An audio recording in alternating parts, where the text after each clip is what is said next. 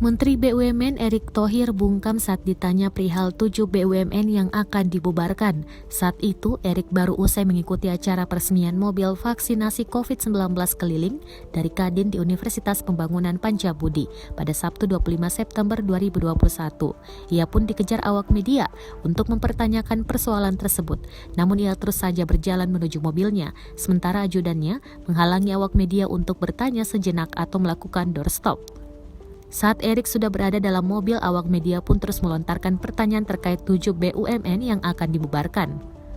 Tak lama ajudan dari Erick pun menyuruh awak media untuk menjauh dari mobil Erick. Setelah itu ia pun bergerak meninggalkan Universitas Pembangunan Pancabudi. Sebelumnya diberitakan, Erick sempat menyampaikan akan membubarkan 7 BUMN yang sudah tidak beroperasi meski masih ada karyawannya.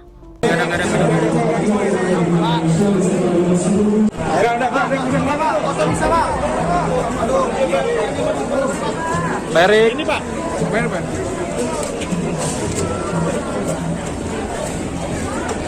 Ya Pak Menteri, makasih banyak ya. Atau kontak-kontak boleh ya? Benar. Ada banyak yang harus kita bahas. Benar.